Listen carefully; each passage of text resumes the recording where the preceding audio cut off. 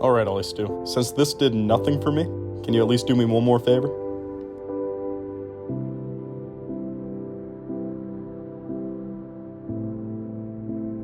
You came through yet again, Stu. Alright. Looks like we're back in Michigan. Hey, give me your keys. I don't even know who you are, bro.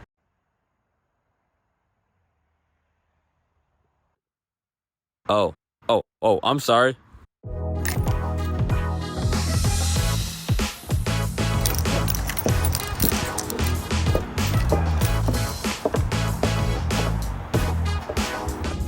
Oh, this thing's perfect.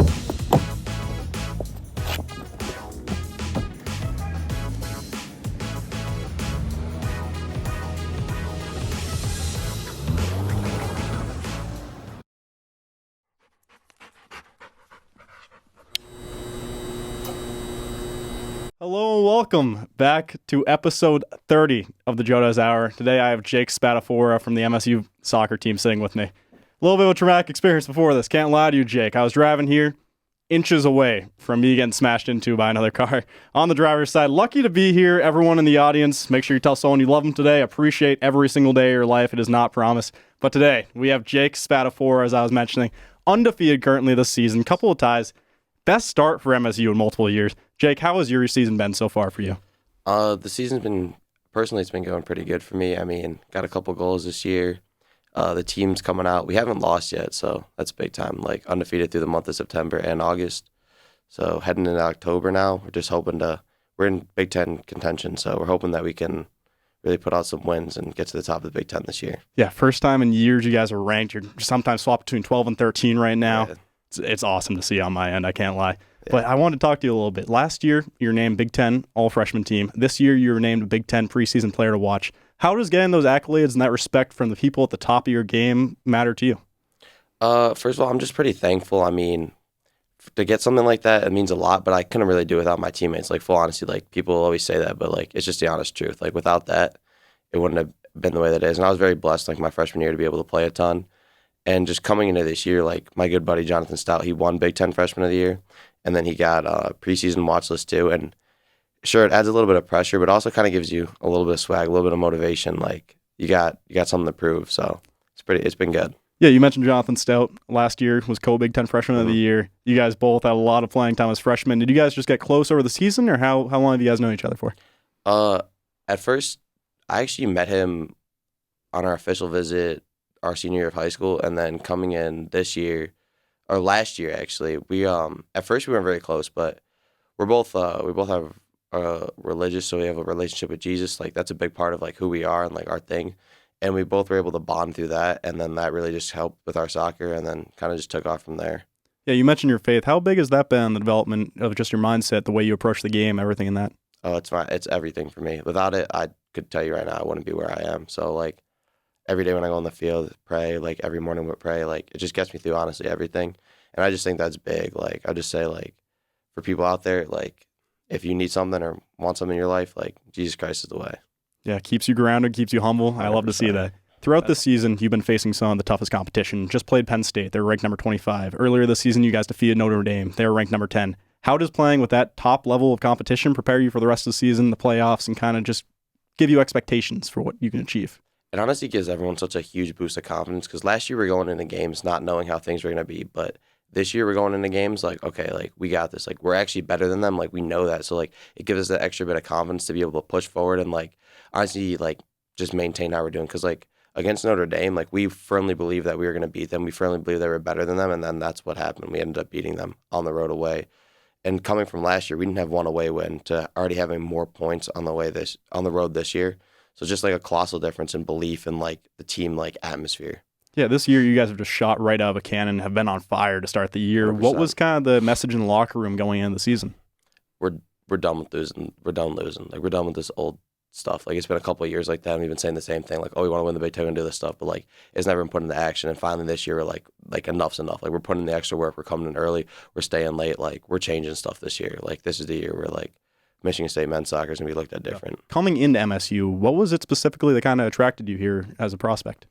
Okay, so I'm originally from Northville, Michigan, and I grew up there, but I moved to Philadelphia for my junior year of high school to play soccer for the Philadelphia Union. And when I was there, like it was time away from my family, time away from home, and after like a lot of like thinking and stuff, because I had a bunch of other offers and a bunch of other schools that were like interested, and I really weighed them all. But like the coaching staff, honestly, was really big. Like Damon Rensing, like great guy, great coach, and I thought that was really big. And I also like just kind of wanted to come home too, because I'm an hour away from home.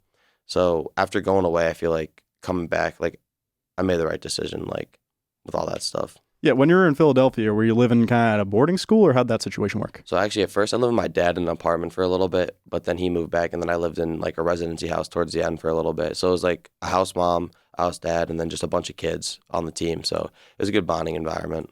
Yeah, I got a lot closer to the teammates around there. How did that kind of affect your growth as a person? I imagine there's some maturity stuff that comes with living on your own. 100%. Before that, like I'll just say like I was like a normal kid, like just kind of going through like high school, the motions, like all of that. But like having to live on your own, you got to grow up real quick. You got to be able to make food. You got to be able to like just do everything on your own. So that kind of like, I feel like that gave me an advantage coming here because I've already kind of done that. So coming here, I didn't really have to adapt to living on my own. Like I'd adapt to like Division I soccer and college, just college experience. But living on my own, it was, I guess, like something that helped now. Yeah, not too steep of a learning curve after you got a few years already doing that type of stuff. Exactly. How was the transition going from high school soccer to collegiate soccer? I imagine, I'm not going to actually put any words in your mouth. I want to hear this from you. Yeah, so I actually, I didn't play high school soccer at all. I played for an academy team. So like, it's a league outside. So if you play for an academy team, you don't play for a high school team. So it went from like being like outside of soccer, outside of school, outside of like all that life, to like being a part of school and soccer like as like one. So like it was kind of a big change, I guess, because we went from playing with no fans, no nothing. It was just strictly developmental, strictly like, oh, the best of the best. Like we're just gonna play, we're gonna focus, no fans, no nothing, just like focus on becoming the best that you can. Coming to a whole environment with like thousands of fans, like people like honestly this year people are starting to like realize like me and Jeremy on the team, like we'll go for a walk and sometimes people are like, oh, you're on the soccer team. Like last year that would never happen. And I feel like that's because we're a lot better this year. Yeah, you guys are getting a lot more respect around campus. 100%. Pretty hard to deny undefeated record so far. Yeah. That's just awesome. What is kind of the mood, not in the locker room, but from the coaches trying to temper expectations where it's you guys are on fire right now, but the season's not done yet? Yeah, it's one game at a time. Like we had a tie against Oakland, and we came out after a huge win against Indiana Friday night. Like it was amazing. Something I'll remember for the rest of my life. But because we haven't beat Indiana since 2012 and at home, and we were able to do that. And then we go into Oakland, and we kind of, for the first 45 minutes, we took our foot off the gas. We're like, oh, we can just easily walk by them. And it was kind of a wake-up call for us. And so the coaches are still like every game, every moment, no matter who we're playing, we just got to push through and like act like we're playing Indiana on a Friday night. Like, that's how every single game has to be. Yeah, you mentioned that earlier. You guys were done with losing, and you proved that by defeating the 2012, or breaking the streak that has been held since 2012 against Indiana. How did it feel just in the locker room right after that, knowing we ended this 11-year streak? We are the ones who did it. Oh, it was awesome. We were buzzing from the minute we walked in. We put the tunes on. We were listening to music. We were getting lit. It was a good time. It was something that I'll remember for the rest of my life. Yeah, is there someone specifically on the team who's kind of like that energy guy who gets everyone just hyped up after a game like that? To be completely honest, I'm gonna have to say me. Like if you would ask anyone on the team, they would probably say that too. I'm normally the guy like be screaming the song, banging on the stuff in the locker room, get everyone hyped up. So probably me, to be completely honest. Yeah, nice. Always want to be that guy. That's great. That's an integral part of every single team. Gotta have some of them. So one thing I want to talk about a little bit too, I was watching some of your old tape. I went back on Huddle, believe it was 2018. Really? I was even looking at, when I watch your game now, you can see you are always attacking. Even if you're on defense, you're attacking the ball. You're not just standing there letting things happen to you. Has that been something that's kind of adjusted throughout the years? Because even in your high school or your club tapes, not your academy tapes, you technically were still doing the same exact thing. Has that just been always part of you? I think something that drives, I would say, yeah, something that drives me is scoring goals. Like I love scoring goals. So like every game, like I'm trying to think like, how am I going to score? And even though last year I didn't score that much and this year I haven't scored as much as I want to, like every game I'm still thinking like, oh, I'm going to put the ball in the back of net. Like I'm going to score. So like I'm always thinking like when I get the ball, can I turn and score? Defensively, like how can I like score from this like position on the field? Like it's just all go forward for me. Like that's the fun part of soccer. So I try and do that as much as possible. Yeah, I was looking at the stats. You played 300 minutes less so far this season. You already have double the shots on goal, double the total goals. Yeah. And it's crazy to see. What really happened over this offseason that changed your mindset on just attacking even more instead of letting it happen? I kind of feel like a little bit, I'm like, all right, I'm gonna start doing things like not my way, but like I'm gonna start like trying to like be a little more, not like it's selfish, but selfish. Like there'd be times where I'd pass the ball. Like this year, I'm like, I'm gonna shoot it, like stuff like that. And also, it wasn't just like something that came from me; it came from the team. Like offensively, we're a much better team. We move the ball more. Like we keep them more, and defensively, we're a completely different team as well. But offensively, like my teammates are being able to set me up for more opportunities, more shots. Like last year, I was never getting those. So this year, it's been a lot better. So it's been a team thing that's been able to like open up opportunities for us attackers to get more shots and more goals. Yeah, with the growth of the team, you're no longer the freshman on the team. You're a sophomore. You're going to be people that other people look to. How has it been adjusting with some of the new freshmen? You got Arce coming in. You got Ludwig coming in. How has it been kind of being a little bit of a mentor on their end? It's been pretty cool. Richie came in last year, Richie Ludwig. He came in last year in the spring, so he's been able to get some time with us and develop. And then like Will Eby, he's a center back, and he's starting as a center back. So like from the get-go, it's just been like all confidence, like trying to build confidence in him because you have to be strong mentally, physically if you want to be a center back. And he's not the tallest, so like on the confidence side, like he has to be like strong, and we've really pushed that into him, like belief, and it's been going out well. But we're a really young team. Like our starting 11, like against Villanova, there was like two seniors, and the rest were freshmen and sophomore. Like super young team, so there's a lot of like promise for the future, and we're doing really well right now. So like, it's just been like honestly this year the main thing has been like positivity because the last couple of years it's been pretty negative. There's been like, I wouldn't say like bad people, but like negative thoughts would come from a lot of people, and it's just like a really like dark environment, not something you wanted to be around. And this year it's just like all positivity, all happiness. I mean, I guess that comes from like winning. So is there something specific on the coaches that they do to kind of inspire that positivity? Because it's tough to stay positive throughout the entire season by yourself. Yeah, our coach, Reed, the new assistant coach this year, super positive guy. Every day he's telling us it's a big day, like always cheering us up, always getting us ready to go. So little stuff like that, like sometimes people can be like, oh, it's annoying, it doesn't mean much. It really does help if it's in the background all the time. When you're hearing the same message every single day, it eventually sticks. You can't just be sitting there trying to convince yourself of it. If the person you look up to, like a coach, is doing that, it's huge, and you can see it with this team so far. Exactly. One thing I saw last year, you're wearing number 21. This year, you went back to number 22, which is what you wore when I believe, when you were with Philadelphia. What is the significance behind number 22? I've actually been number 22 my whole life. Last year, I didn't have it because our fifth-year senior captain, Will Perkins, had it. But this year, I got it back. I've been 22 my whole life. So my grandpa, he was 22 in baseball, and I picked it up when I was little. And then every year, I've just worn it ever since. And I guess it's just my number, 22 for everything. Did you have a close relationship with your grandfather? Yeah, I do. He's a good guy. He played Division I baseball, so we kind of have that athletic comparison together. Yeah, it's in the genes. That's awesome. Nice. So how big has your family been in that development? Because they had to accept that their kid was going to go away for the year or two that you're in Philadelphia. And how have they been with just your growth throughout the game? My family's been extremely amazing. I mean, I have two brothers, and my younger brother lives in Texas right now, and he's doing the same thing that I did, but in Texas. So my family's all about, like, they're putting us first, like the children first, like our dreams, our goals, whatever we want first. Like, they've sacrificed so much, like, unbelievable amounts, and I'm just truly grateful for it. Like, my mom lives with my other brother, like, in Michigan, but my dad lives with my other brother in Texas. Like, they're, like, not together right now, just so my other brother can chase his dreams as well, like, just how as I could. So they've been extremely supportive, and honestly, like, I would not be here if it wasn't for them. Just sounds like they want you to succeed. That's 100%. Really cool to see. I'm happy that you have a good relationship 100%. there. Yeah, it's amazing and blessed. Not too serious. I wanted to ask you about that. I was looking at the MSU soccer Twitter. They had posted a video of you scoring a goal. They made up this adjective called Spad-Tastic. How do you feel about that? I actually didn't know that was a thing. I guess everyone calls me Spads or something with my last name, so I guess it's all right. I think they could probably do better. Spad-Tastic's a bit but... Yeah, I think they find something a little bit closer that they could fit Spad into. Spad-Tastic's a little bit basic, but... Yeah, it's all right. I mean, that's pretty creative. I didn't know that was... I'm going to look at that after this because I didn't know that was a thing. Yeah, I immediately saw that. I had to ask you. Lars Richters, how much of a role did he play in your life and your development as a game? Lars Richters is one of, like, the greatest guys. Like, such a nice guy. Like, he's run the Wolves Academy ever since I've been there.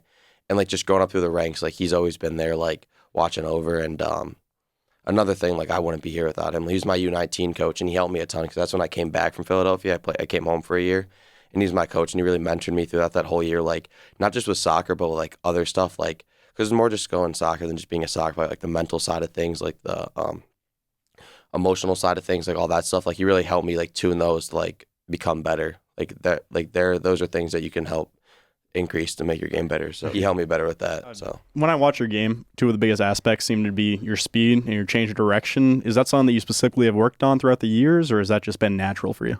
honestly, that's kind of been natural. It just kind of comes natural just how the type of player that I am. Speed I worked on with my dad when I was little. Like we used to like run hills and he'll do sprints with us and like just make us run outside, I guess. And then I started training more like endurance and fitness stuff when I got to like freshman year of high school and the middle school. But like change of direction, I guess it's just kind of like the type of player I've been. At the beginning of the season, that Loyola Chicago matchup, you guys got to the 54th minute. You guys were winning 1-0 at that point. Mm-hmm. How was it having to shake that off and realize these last 54 minutes were behind us? We can't think about what didn't happen. At first, it's pretty annoying. Like we went home, like because we were winning 1-0, and we had them on the front foot, and like we still think about it. It's still a little bit annoying because it would help with RPI, help with wins, because we were really like, I'm 99.9% sure we would have won that game. Like we were, like when they blew the whistle, I was driving with the ball, and it was Grayson and Stout were like on the wing, and like we were about to go up 2-0. But it took like a day or two. But like once we got to the Bowling Green game, it was all eyes on Bowling Green. Like now we have to win this game. Like there's no excuse. Like we cannot drop the 0-1. Like first game of the season now. Like this is our first game, so we have to come out here and absolutely just do the best that we can. And we were able to beat them 3-0, which is big time. So. Yeah, big rebound from that. It's tough when you know that you're probably going to win. You guys were up 1-0 pretty late into the game, as you said. It's good that you were able to shake it off. I imagine it does annoy you at points, though. Yeah, it does, 100%. So are there any plans for playing professional after? Is that kind of what you want to do, especially since there's overseas, there's MLS, or how's that kind of looking? Yeah, I'm not entirely sure, to be completely honest with you. Like, if it's God willing, I mean, obviously I would want to, but I kind of just like try and live in the moment. I don't really try and think about stuff in the future and stuff like that. So like if it happens, it happens. But like I guess you could say like I'm not gonna do everything in my will. Like I need to. Like I'm gonna sacrifice literally everything. Like I'm gonna enjoy my life and try the best I can. And if it happens, it happens. But if not, then it's not meant to be. That's actually the mindset I've tried preaching throughout this show many times. How did that develop for you? Just living in the moment and appreciating life as it is. I mean, being an athlete, like a lot of people think it's like, oh, just glory and fame, and it's just fun, but it's a lot, like mentally, like anxiety, stress, like it's everything. Like we're coming back 2 months early. We're coming back in July. We're waking up at 7 a.m. like grinding, like all the pressure from coaches, peers, like everything like that. Like it's a lot. And I started like think about like, because I've scored tons of goals my whole life, and last year I did not score very much, and it created tons of anxiety. I'm like, oh, like now I'm not good, like all these things, and I was like, you can't live like that. You got to just live like moment by moment. So like when I started thinking down the road, like, okay, so I have this game and I have to play good in this game if I want to win this award and do this, this, and that. And like, that's just too much. Like no one can really do that. So it's just kind of like, I'm living the moment. Whatever happens, happens. And good stuff has happened so far. So hopefully that keeps on going. Yeah, it's worked out so far for you. I would keep that up. Is there any hobbies that you have outside of soccer to keep you just in reality?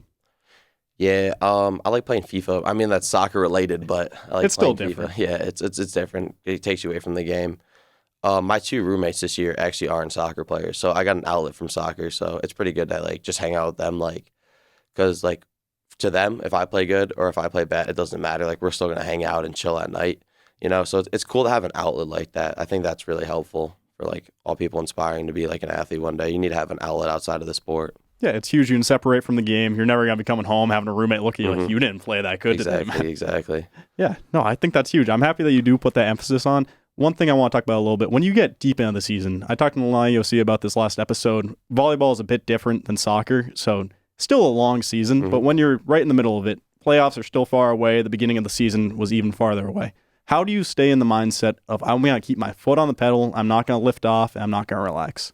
Oh, it's hard, I'll be honest. Like, you just get exhausted, like, mentally, physically, emotionally. Like, a couple weeks ago, we had, like, a away stretch, and, like, we played away at Notre Dame, had a huge win, and then we went to Rutgers, and they scored a goal with literally 1 second left in the game when we were up 1-0. And that was pretty heartbreaking. And, like, after that trip, like, I think I slept for, like, 3 days in a row, like, 13 hours a day. Like, you just get exhausted. Like, no matter what, even if, like, you have an off day, you're just so tired because college soccer, I'll be honest, I think it might be one of the most grueling seasons, like, possibly ever. Like, you're sprinting and working out, like, every single day, playing 90 minutes, like, twice a week. It's just a ton. And when you're halfway through the season, like, I guess we're past halfway through the season now, but, like, right when you're in that middle, it's, like, you're exhausted. But you have to, because you're not in the point where it's like, okay, now we're in playoffs, like, this is exciting, but you're also not, like, in the beginning of the season when you're fresh and everything's new. So it's kind of just, like, you got to just, like, in the moment, you got to like try and hype yourself up. Like you got to like really just push yourself. Like, all right, I'm going to get through this. I'm going to push through it. Then I'm going to take a break from it, like mentally. But you got to like every single time that it comes around, you just have to like lock in, honestly. Like get something that switches, like makes your brain switch on and just like really push through that session or that game until you get to the fun stuff. Do you have any specific like pregame routine that you do to get you in that mindset? Yeah, it's more like team stuff. I mean, I read my Bible and do stuff like that. But then in the locker room before, like some kids, we play this game with like this little ball and they'll like head it back and forth. And like we'll just, we put on some music. We normally listen to the same songs because that kind of gets us like locked in. Like, okay, now we know it's time to go. I don't really do this, but there's kids on my team who have a mean card addiction. They play cards all the time. Like on the bus, they'll play cards. On the plane, they'll play cards. 5 minutes before we have to walk out to the field, they'll be playing cards. So I think that's their way of doing it. But I don't know. Using the Michael Jordan special with that one, going on planes, playing cards. Yeah. That's great. Oh, they have a mean card addiction. It's wherever we go. If there's 5 minutes off, we're playing cards. Is there any specific games you know that they like to play? Is Yeah, like blackjack or? They play euchre. I played sometimes. They play euchre and yeah, they'll play blackjack sometimes. But I've played a couple times and then they're just too competitive. Like I just want to break, so I'm just like I'm done playing. I'm just gonna sit on my phone. Gotta take a break from the competitiveness for a time. But you're talking about how draining travel can be. How does that affect your life? Because you're constantly on the move when you're playing Division I athletes or athletics. Yeah, it's a lot, honestly. Like it's cool, but it's so tiring. Like when we're like waking up at 6 a.m., then we're taking a bus down to the airport, getting on a plane, flying there, then busing from the airport to the hotel, and then we end up practicing, team meal, like all that stuff. Like it's so, and then we have to add time for homework in there too. It's exhausting.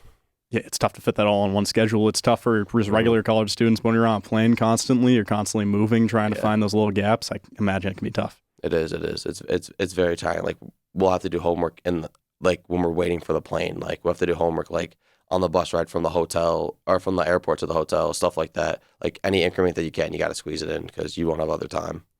Since you're spending so much time around the team, how was the progression of you getting close to your teammates? We're like family at this point. Like when the freshmen come in, like we make jokes with them and stuff like that, but they become family pretty instantly. So every day, like we think about it, like we'll hang out in the locker room for hours on end and training, after training, treatment, meals, like all that stuff. Like you're together like more than you're actually with your real family. So it's kind of like you know everything about everyone and they know everything about you. So it's pretty cool, to be honest. When you came here last year, was there anyone who kind of took you under their wing when you first arrived? Honestly, not really. We kind of like my freshman class really bonded. Like there was 7 of us and there's 6 of us now. Or yeah, there's 6 of us now and like we're all super close, like every single one of us, because our dorms right next to each other too. So we just hang out like outside of soccer, like literally like every hour that you're awake, you're pretty much with these people. So like we're all extremely close. Like we know everything about everyone, know what they like, do all that stuff. But not really any older kids last year. I feel like the dynamic on the team was completely different last year. But I feel like this year, definitely some older kids took some of the freshmen under their wing this year. So that's been good. Yeah, it seems like there's been a whole different culture shock, especially 100%. with the positivity and stuff. Mm-hmm. As that has played out, did everyone buy in immediately, or is that something that over time people started realizing this mindset kind of works? Ooh, I would probably say over time, to be completely honest. Like at first it was like, all right, like this program hasn't been good in a while, so let's try and think of something that can change like what's going on. And I guess that just started clicking and it started working. So, I mean, it took me a second to buy in on it too, like the being positive, looking forward all the time type of thing. But it genuinely works, so. It works for sure. It's definitely tough to buy in at first, and people are telling you, like, just think everything's positive, everything's going good. Yeah. It sounds like nonsense, but we've seen the results so far. Yeah, exactly. As soccer has kind of grown as a sport, it's always been huge in the U.S., but I feel like it's gotten a lot more respect in the past few years. Messi coming over to the MLS. Yeah. What do you think the future of soccer is in your mind as a sport? Oh, I think it's booming. I think it's gonna go straight up. No offense to baseball, but I think it's gonna pass baseball and like viewerships and all that stuff. Like it's like soccer's known as the world's game, like everywhere around the world. Like it's like the number 1 sport in almost every country besides a couple.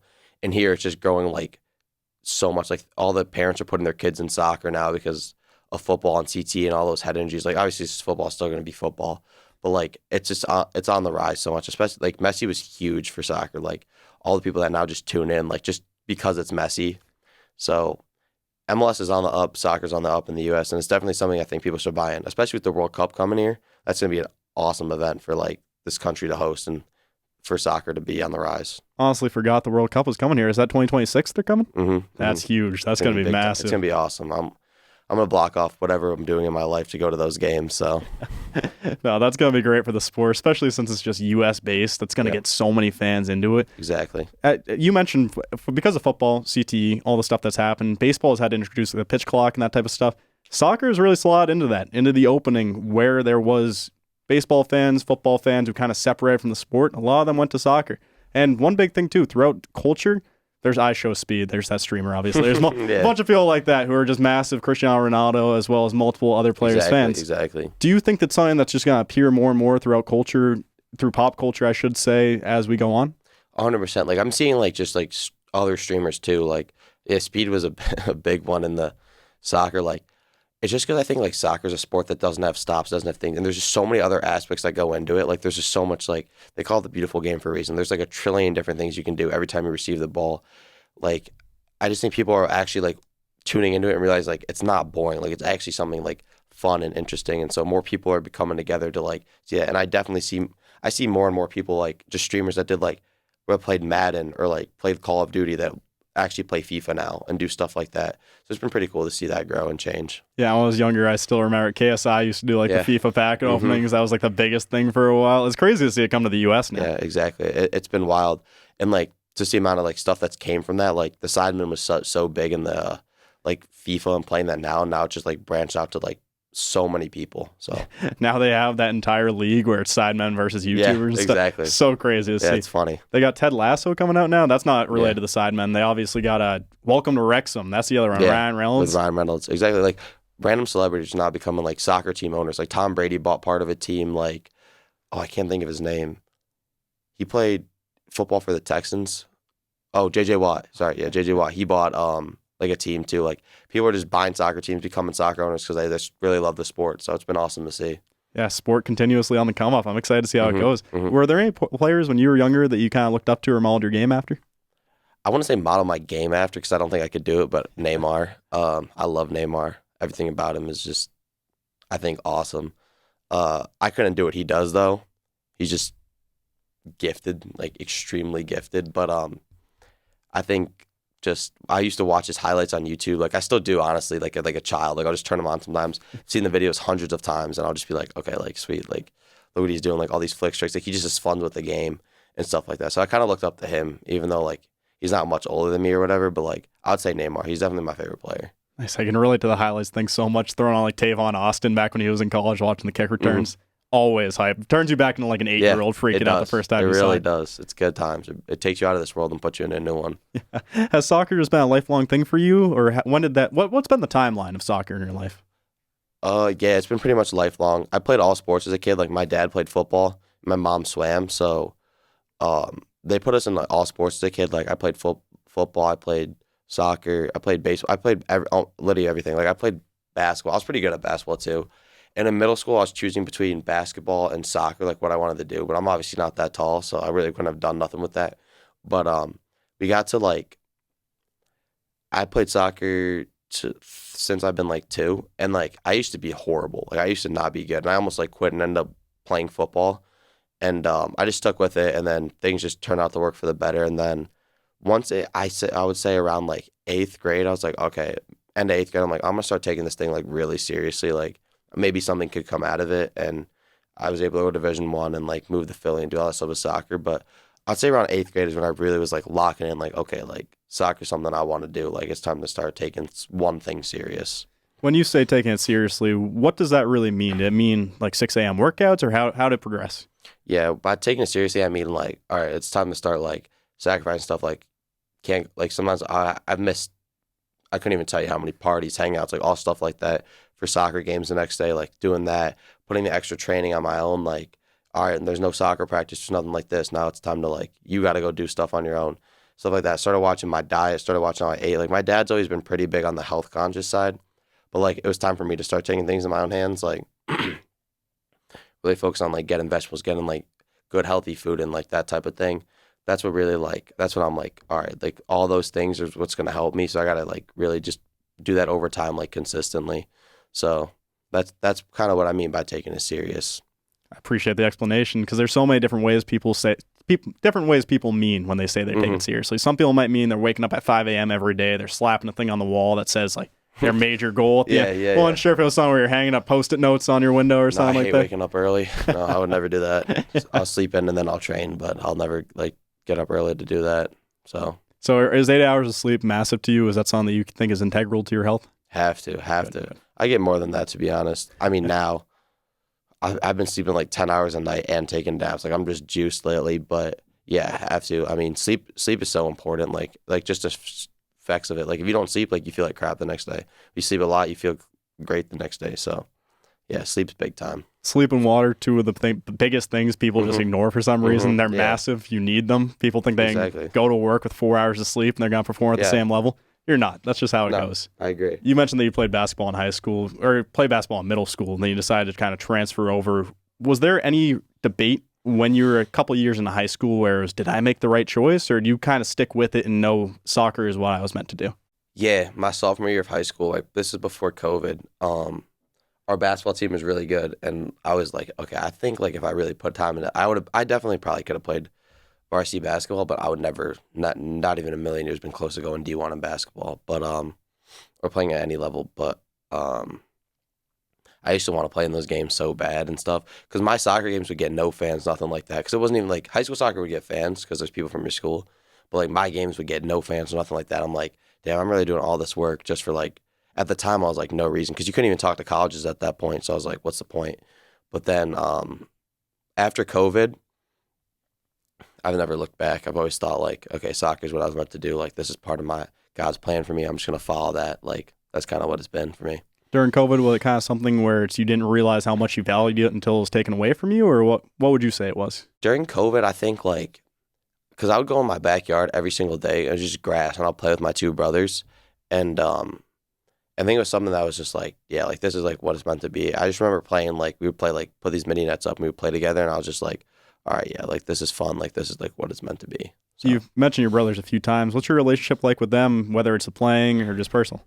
I have a brother who's 16. We're pretty close. Like we kind of have the same views and like morals to some point, like on like just life and with soccer and stuff like that. That's pretty cool. I mean, we've lived different, like apart from each other for a while, so like it's still pretty cool. But my youngest brother, so I have two younger brothers. He's 11, so he's in middle school now, and whatchamacallit, it's kind of a big age gap. So like we're pretty close. Like we're still brothers, but like it's a big age gap. So, but I still love him. But we have different views on life because it's obviously such a big age gap. Yeah, when he's 11, he's not going to be viewing the same as a 19-year-old. That's just how it goes. Absolutely not. I am the youngest of 6 siblings by, Wow. plenty of years. There's one that's like 18-year different gap. Oh my gosh. Yeah, I probably, when he turns like 16, you guys are going to be back to normal. That's just how it goes. There's a few years where it's you're too old and they're too young, but once he's right around 16, 17, you guys are going to be best friends. I can promise that. Yeah, I bet. Was there a driving force in your family for you playing soccer at this level? Like, did your dad kind of push it a little bit, or is it something that you picked up yourself? My parents never were like, oh, like you have to go D1. Like we're making you D1 since you've been a kid. Like they've always just put me in sports as a kid because like you just got to do something as a kid. Like just can't just sit around and do nothing. My dad would always train me like just to be the best or just do the best that I can. If the best that I was just being like an average player, like doing all that, like then at least I like knew I put my best into it. That's what my parents always say. Just give it your all. Like they really don't care. Like no matter like what happens, as long as I just do the best that I can. I mean, my dad will still like criticize my game and still like try and give me pointers when I think he knows nothing about the sport. But my dad also like, yeah, he's been kind of the driving factor. Like he'll be like, go train, go work out, do all these things. But like if I was like to not play college soccer or not play pro, it wouldn't like be like devastating to him. Like that doesn't really matter that much to him as long as I'm doing something. Yeah, you're not going to ever have a point where your parents are just not talking to you because you don't want to play soccer. That's pretty huge to have. You don't have to worry about that in the back of your head. And just for your faith right now, has that been something that evolved throughout your entire life, or how did you get to the point where you are with your faith now? I've always kind of grew up in the church and stuff like that, but I've been putting it since a young kid with my family. But coming to college, I joined this group called AIA, which stands for Athletes in Action, and that's when I really started taking it serious. There's this guy named Caleb Sleeman. He's like a part of that, and he's like really mentored me and guided me a lot. And then just like kids on my team too, like Jonathan Stout and Jack Duguay, they've been big points in that, like guiding me in my faith, my religion. So like growing in that has really started like last year. Like honestly, last spring. Like I did in the fall, but like last spring, I really was like, all right, I can start taking this serious, and like it's made the most dramatic changes in my life. Like I've never been happier since I've started like really diving into that, taking that serious, like finding a relationship with Jesus. Like that really is like the only reason why I'm able to do all this. Like it just helps with everything. It's huge. I'm happy they have someone that you can lean on like that. It's massive to have. It's amazing. It's a blessing. So I want to transition the topic over a little bit to NIL. How have you had to deal with NIL at all so far, or how has that relationship been for you? Yeah, I'm not really big on social media and stuff like that. Like one of my really good friends, Jeremy's like got TikTok and all this stuff, and he's big like that. But we have an NIL deal. Oh my gosh, with Auntie Annie's, so we get like free pretzels and stuff like that, which is class, and like the things. So that's pretty sweet. Yeah, there's other stuff that we get like that are like due to like money and relationships like that, but I would say like the one that we have right now is like that I have right now is Auntie Annie. So I gotta say, if you gotta pick one, that's a pretty good one to have. Yeah, you get free pretzels. Yeah. Mm-hmm. It's not bad. That's awesome. How did the Auntie Anne's deal come? That just happened last year, or is it? It happened this year actually. It happened with like one of the girls on the women's team got it. So like the men's team and women's team, like we just have to like advertise them and like say like something about their company, post the product, and then we get it for free. So it's nice. I'll help you out right now. I love the little pretzel bites they have with the pepperoni on it. Big fan of those. You like those? I like the cinnamon ones. I think the cinnamon ones are really good. You know, it's always one or the other. Yeah. There's really no in between. It's either you're a big cinnamon fan or you're a big pizza one. That's how it goes. I feel that. No, that's great. There's have you ever heard of the company Maui Gym by any chance? Yeah, the glasses. Yeah. So I've had these for 4 straight years. Okay. I lost a pair and have rebuying the same exact pair.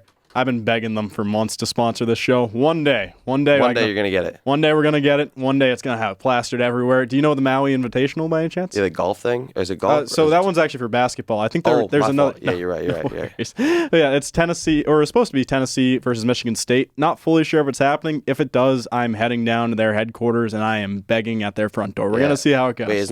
Is that for the game this year? It was gonna be Thanksgiving 2024. Right now they have the charity match that's gonna be donated to Maui. Okay, that's sick. That's awesome. Yeah, good for them.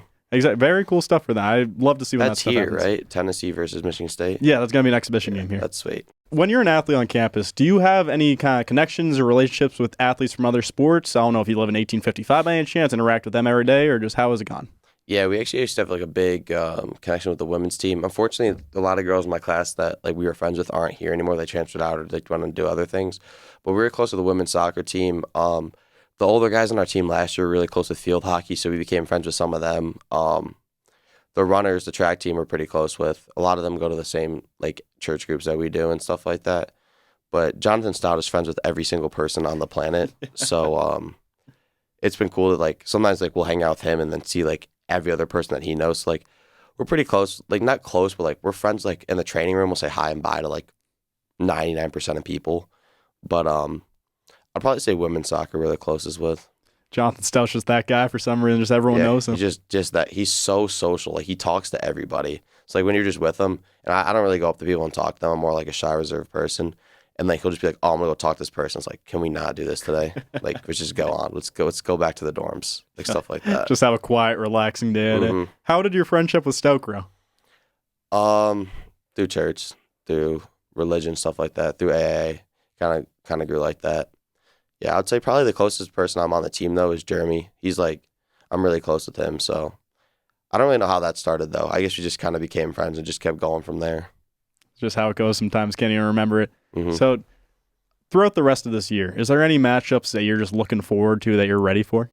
Every Big Ten game. Nice, but, yeah. I mean, Michigan away, that's going to be exciting. I haven't played Michigan away yet. We've only played them at home last year and beating them. We got the bear back, so that was sweet.